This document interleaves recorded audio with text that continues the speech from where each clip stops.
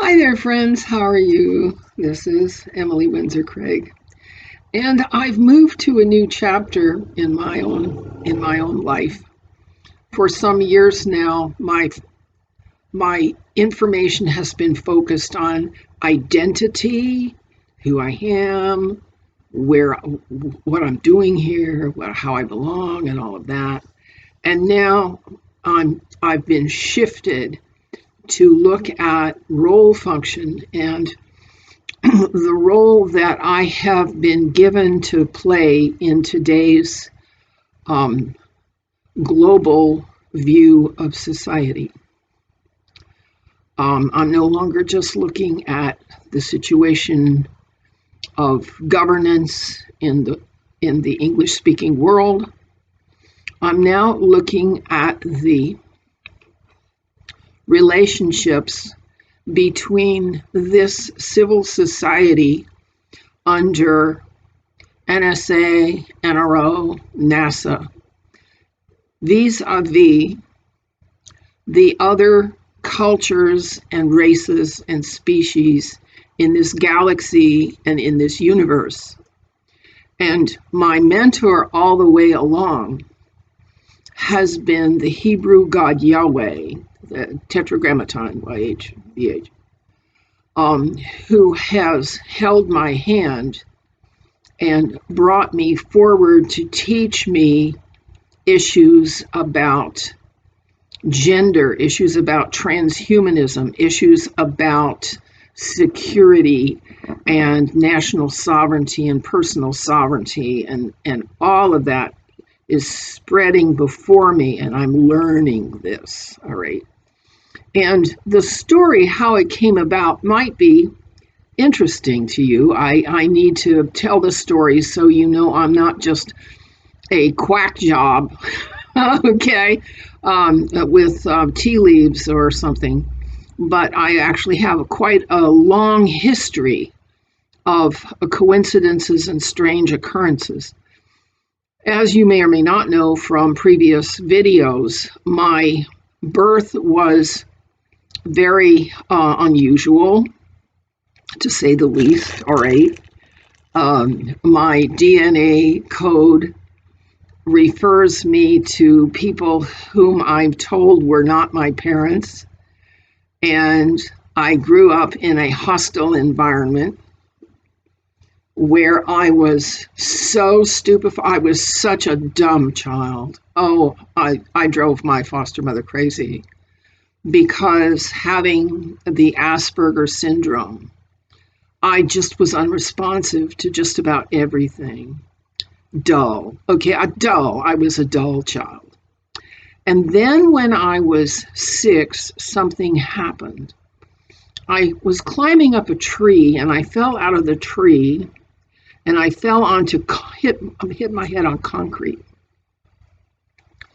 And I had no access to any kind of medical care at that time.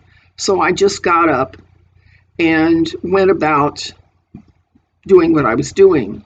And I found out 20 years later that I actually broke my neck. And so the backstory on that is that my neck healed because I received an intervention because I had a mission in this life and I couldn't be allowed to have a broken neck and die then. Okay. So at 6, I broke my neck and that got healed. At 9, I was abducted. And during the abduction experience, which was 12 hours of missing time, I was given 3 implants that came out 50 years later. Okay. But in the meantime, I had the symptoms. All right. For 10 years after the implants, I had fainting spells. All right. So I've always been kind of a hypochondriac, a canary in the coal mine. All right. So then after those 10 years, I began a serious study of theology and spirit and so many topics. Okay. I ruined a couple of marriages that way. All right. Because I was grasping for knowledge. When I was 12, I had my first download. And it was a coherence module, I found out now, which was a map, a cognitive map superimposed on the mind that resided in my brain that gave me a template for all reality to hook onto. So things could make sense that wouldn't make sense unless you were standing right there to watch them. All right. So it was in that condition that I did all my studies into theology and spiritualism, and then I finally got to college in my 40s and embraced the university system, nutrition education for the baccalaureate, and conflict and dispute analysis in the master's program. Okay, so then things began making sense, and I began writing about them. 1995, 96, I did a whole book of downloads. Diversity and the Will of God is the product of those downloads. They're perfectly sensible stuff that would never occur to me as a human. Okay. And then I began placing some of these insights, these Gestalt discoveries, into comments on forums and bulletin boards, online. And I learned how to not get banned and how not to get censored and how to be considered to be a civil person even by someone who doesn't agree with me, because that becomes a very important skill when what your job is to figure out simply, well, what really happened? What really happened? It was 1996, at the age of 52, that I actually got seriously into the work. That was the year before Mama died. It was 1998 or 99 when I was placed on the Clinton Red List. Okay. And the Clinton Red List gave me opportunities to learn survival under pressure. Okay. I was gang stalked. They blew up my camper out from under me. They removed parts of my car. Okay. Yeah, little things like that. And I began subject to the periodic, on Tuesdays and Fridays, microwave bursts that caused my heart to panic. And so I began my history with the medical profession, showing up at the ER with blood pressure at the 240 over 130 range that just mysteriously went away. And of course, at first, the ERs thought I was just crazy or having panic attacks or PTSD. But eventually, I did get a diagnosis of pheochromocytoma bilateral in both my adrenal glands. I had polyps from all the panic. All right. So I had to learn how to deal with that without the medical, or I should say the sorcery, because what American medical education is about is druggery and procedures, which constitute sorcery in the ancient Hebrew scriptural sense. U.S. medicine is pure sorcery. All right, so I had to learn how to heal myself. And what I found was that the degree in nutrition education didn't help at all because the human body is so much more sensitive to individual biochemicals and nutrients than the massive generalizations of the nutritionists can ever admit. So I had to learn how to feed this body, this incarnation. Never mind what the book said. That was a surprise. All right. And in the meantime, we're dealing with glyphosate in all of the grains and beans products, and we're dealing now with 5G. Wherever you have decent internet service, you probably have 5G there, or you have it walking down the street in the street lights that are used as repeaters. All right. So It's a learning process how to thrive in the midst of attack. Thriving in the midst of attack is what we're here to do. We're also needing to learn how to parse the truth in the midst of disinfo, misinfo, propaganda, marketing, and sales. Not to mention fables and myths and doctrines and dogma. Okay, we've got to plow through all that to figure out what really happened and what's really going on here. And so I had to keep going. You have to keep going. And then recently I discovered the mud flood movement, and the plain earth movement. Okay.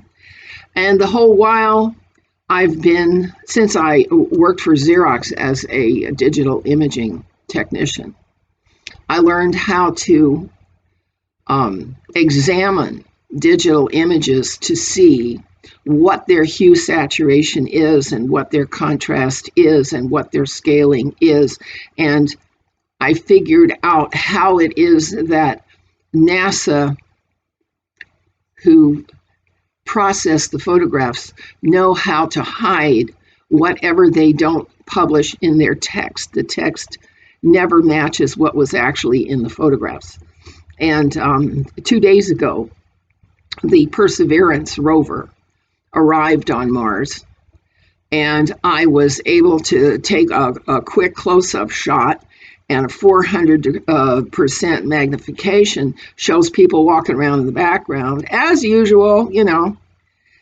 And so I came to the point where I said to my source, my mentor, well, what do you want me to do with all this? Because now it appears there is an enormous gap between what we, the people, are told and taught versus what is actually so. And he said, well, you're going to work for the Anu Elohim at the galaxy level at Orion Nebula, and you're going to send them information that you interpret and realize is true. And you're going to tell people online that that's what you're doing, and we're going to see what happens. And so that's what I'm doing now. I'm no longer doing the podcasts at People's Internet Radio. I won't be doing much at Facebook. I'll just show up there a couple times a day. Most of the work that I am able to propagate will be at rumble.com, where I am M.E. Craig, just all caps M.E. Craig. And we're going to see where this goes, because the simple fact of the matter is most of the information that's available to the large population on the major networks, in academia, by the medical profession, by the scientists as well, by the geographers as well, by the historians as well, is false. And so my job is to pick through it and slice and dice it. And what I can find that is true, I send back to the Anu Elohim for them to deal with the treaties that our world has to sign on to at the galactic level in order to be able to engage in commerce in this and other galaxies, because the secret space program's participation in commerce up to this point has not been legal and lawful, and it has to be brought into the boundaries of lawful commerce. And so that's why I'm doing this. I'm just calling home and reporting on what is true to the best of my ability for the benefit of everybody. I'm not a partisan. I'm not a member of any party. I'm not a member of any ideology or church or group or anything. I have been acted upon by a higher intelligence to kind of get me going doing this. I guess you could say I'm one of the original transhumans because I no longer function the way most people do. My diet is not normal, okay? Nothing is normal about the way my physiology works anymore. And I think that the doctors that have attended to me at Adventist Health in both Lake and Sutter counties will testify to that there's not a whole lot going on that is normal or usual or reasonable. Okay, I'm being acted upon, I'm being healed, I'm being cared for by a higher power. And so, okay, you do your thing, I do my thing, and we're going to allow the truth to surface, to percolate, so that the outcome of events and negotiations and conferences and exopolitics and secret and space commerce can work for everybody, and not just the neocon Zionist fascists, and not just the rhino venture capitalists, and not just the ideologues who want to say that they know more than I know more than you do, and we know more than they do, and we're going to be the boss because we know everything. Those days are over. We have to learn how to get along now. So I'm just in the belly of the beast. And thank you for coming by and watching, and we'll see where this goes. Hit the subscribe button and the bell, and like if you like it, and let's see if we can make some headway this way. Thank you. Bye-bye.